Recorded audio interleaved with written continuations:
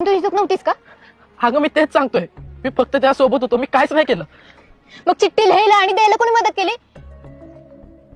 जेवढं मी तुला ओळखते ना, हे मधुकरला कधी सुचणार नाही. सांग, नाही केली तू चिठ्ठी लिहायला मदत? तू नाही म्हणलास का विचार तिला? हो म्हणलो.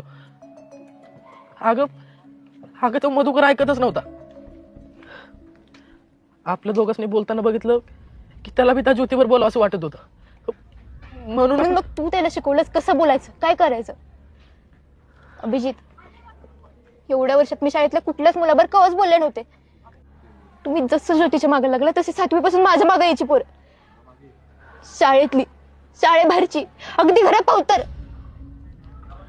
ती मुलं ना मला जगातील सगळ्यात वाईट माणसं वाटायची. तू पहिला ज्याच्याशी मी स्वतःहून बोललेले. मग आज कळते, तू पण त्या मुलींच्या मागे लागून त्यांना अडवून त्यांना विचारणारा नाहीस, पण विचार म्हणणार आहेस. अरे मग आज काय फरक राहिला तुझ्यात आणि त्या पोरांच्यात? लय फरक आहे, लय फरक आहे. केवढा? त्या पोरांच्यात आणि माझ्यात लय फरक आहे.